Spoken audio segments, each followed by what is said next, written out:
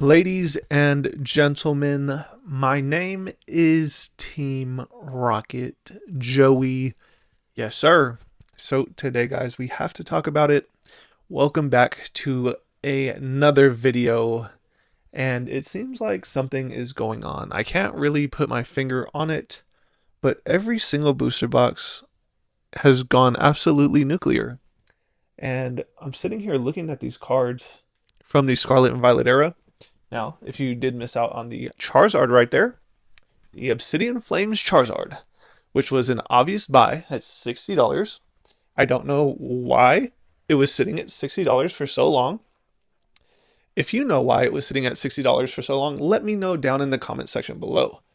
But for me, I really have no idea why people weren't buying this card at $60. Now, it has just gone through a major run up, sitting at $120, so essentially doubled in over 1 week. And that is very crazy, right? We had no idea that this was going to happen. There were no indicators, no clues. There was nothing new about Charizard coming out. Everybody, wait, there was. Phantasmal Flames, Inferno X was all announced a couple months ago, and people didn't buy Charizard until 7 days ago. Why? Why did we wait?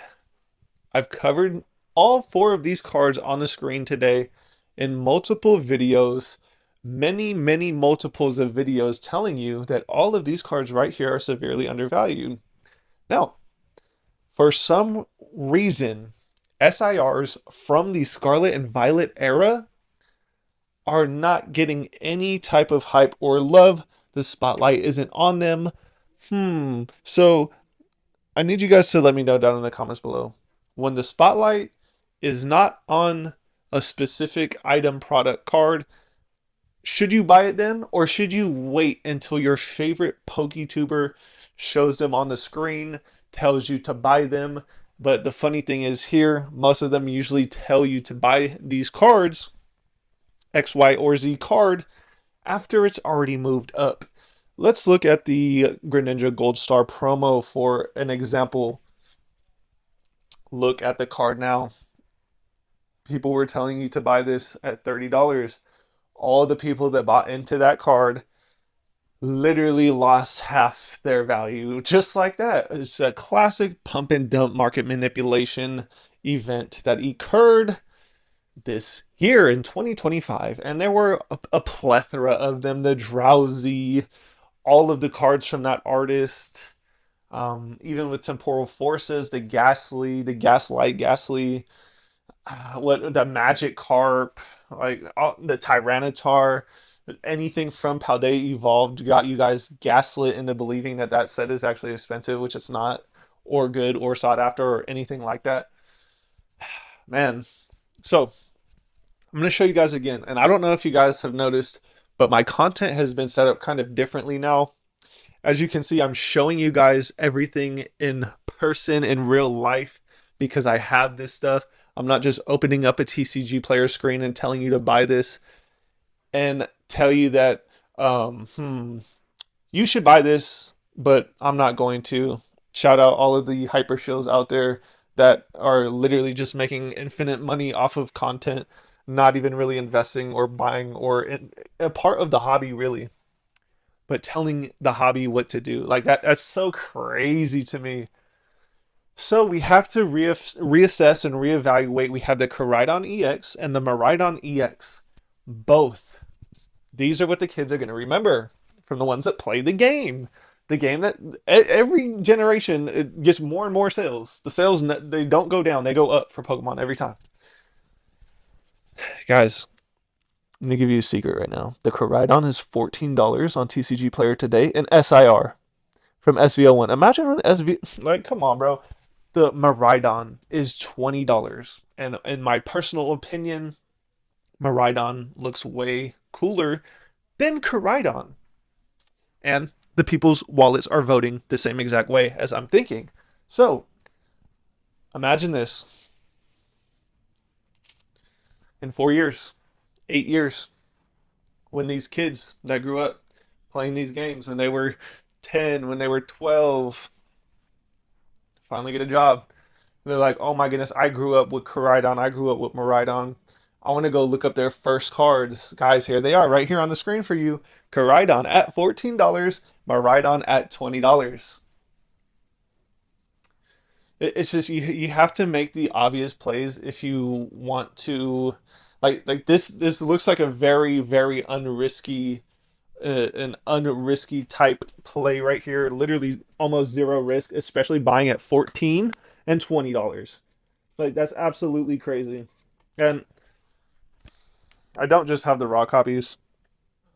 I do have PSA 10 copies as well because it's just a so super duper obvious play. And it's crazy to me. Yeah, all of this stuff is cheap. I bought this for $45. And I bought this for $45 as well. When nobody wanted these cards. In PSA 10s, I bought them for $45 each. It's actually... we have to start using our brains in this hobby and stop having people tell us what to buy when they're not buying it. And then we go into the Roaring Moon. This card is on all of your favorite, Hyper Shield tubers, market investor tubers, undervalued for weeks and weeks and weeks and months and months and months and months and months. And no one seems to want this card at all. This one right here, the Roaring Moon. I got a news flash for you guys. When Paradox Rift starts booming, that card will be a $100 card. Minimum. Easy. The thing is, most people will sit here and say, I don't want that. I don't want these cards. I don't want Koraidon at $14. I don't want Miraidon at $20. I don't want Roaring Moon at $40. But trust me, I've seen it time and time and time again. The second that Koraidon goes to $60, $70, $80, that's when everyone's going to want it. When Miraidon goes to $80, $100, $120, that's when everyone's going to want it. When Roaring Moon goes to $100, $150, $160, $180, $200, that's when everyone is going to want it. You have to be ahead of the goofy goobers. You have to be ahead of the hive mind. You don't ever want to feel like you're FOMOing into a card or feeling like you missed out on a card, so you need to buy it now. That is the worst mentality you can be in this entire hobby. Even with sealed products, it's the same exact thing. If you feel like you are going to miss out on hyper modern, you are literally trolling yourself and trolling your purchasing power. If you feel like you are going to miss out on anything ever, you are probably buying at the wrong time. And it's very hard to get past this mentality because you have hyper shills on the internet telling you need it now or else you're going to miss out. Literally, go look at their thumbnails. It literally says, don't miss out. Word for word. Buy now. Time to buy. Nope. I feel sorry. I really do feel sorry for the people that are going to get caught in this trap. And when I went on my live stream with Kenny Boulder, he gave me a perfect example of what I try to do here on YouTube. Guys, the house is burning. And I'm standing out in front of the house telling everybody that you shouldn't go into the house because it's burning. But people don't care. People do not care. They're just blindly going into the house, getting smoked out, and they are going to burn down with the house when the house collapses. I bought all of these cards right here in front of you when nobody wanted them.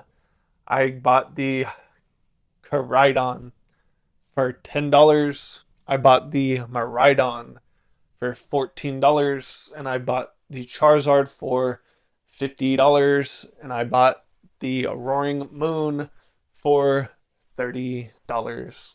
And they are still very close to those prices. other than the Charizard, which is getting Hyper Shield and pumped and bought out because of Mega Inferno X. If you go back a couple of days, a couple of weeks, and a couple of months, I literally was making shorts and full-length videos telling you guys that all 4 of these are undervalued, and still to this day, they are undervalued. Uh, Guys, the spotlight is the brightest right now on Phantasmal Flames. Nobody even is talking about MEO1 anymore because we got Phantasmal Flames. The second the Rayquaza set gets announced and gets leaked, and we get past all the AI-generated leaks, everyone's going to be talking about that set. It's just the same exact story repeating over and over and over and over again, but I have to give credit where credit is due. The Hyper Shills on YouTube have been doing an excellent job with retaining the amount of hype, shilling everybody to smithereens, and they have ultimately, I'm going to tell you guys this right now, the Hyper Shills have literally made me so much money on paper. I don't know, and it's funny too because their comment section comes into my comment section talking about, oh, yeah, I'm gonna wait, and it's like, well, you should have been buying a year, 2 years, 3, 4 years ago. You should have been buying. If you were buying with me, you would have actually been ahead of the FOMO crowd that's here right now today, the Hive Mind FOMO crowd, and that literally looped back to the very beginning of the video because that's what I do here. I buy when nobody wants the stuff. And if you believe in your heart wholeheartedly that we will never ever come back down, people are going to want Pokemon forever, you are sadly mistaken. I've been here through multiple crashes when everything's going good. Guys, if you didn't know, all of the Sword and Shield era was under MSRP for the longest time. I wonder why that is. Why is that? Can I get a raise of hand? Who knows? Who knows why the Sword and Shield whole entire era booster boxes were undervalued? Because the hype culture was not here. Yes, that is correct. So, last little tidbit for me for this video. I encourage people to start using their brains because literally, look at the screen. This is very obvious, extremely obvious. I'm pretty sure the Charizard released at $200. Crashed all the way down to 60 once people realized that the pull rates were extremely easy. And people said, this is just going to be Darkness Ablaze 2.0, this and that. I was the only one saying that this is going to be Flashfire 2.0, and I got laughed out of my own comment section when I said that. But, that's crazy work, right? I thought the Team Rocket cosplayer, he's just acting. He's just playing a character. Yikes. So, next time, and there will be a next time, I hope that you guys take full advantage of the bear market when it comes, because it will. It's gonna come hard. Pause. Yeah, so I hope you guys did learn something here today. Something very weird is going on. Pokemon is the 2017 altcoin season. It is the 2016 shoe market. And we are going to see how far into the future we can go with all of this hype. And yeah, I hope you guys did indeed learn something here. Make sure you do look at that Koraidon, Roaring Moon, Charizard, and Miraidon. And do your own research and make the best decision possible for yourself. I hope you guys did learn something. Make sure you like, comment, and subscribe to the channel. I upload every 24 hours. And I love each and every single person that leaves a comment on my video. I really need to know. Let me know if you disagree with anything I said in this video today. I really would love to know. I will see you guys tomorrow morning.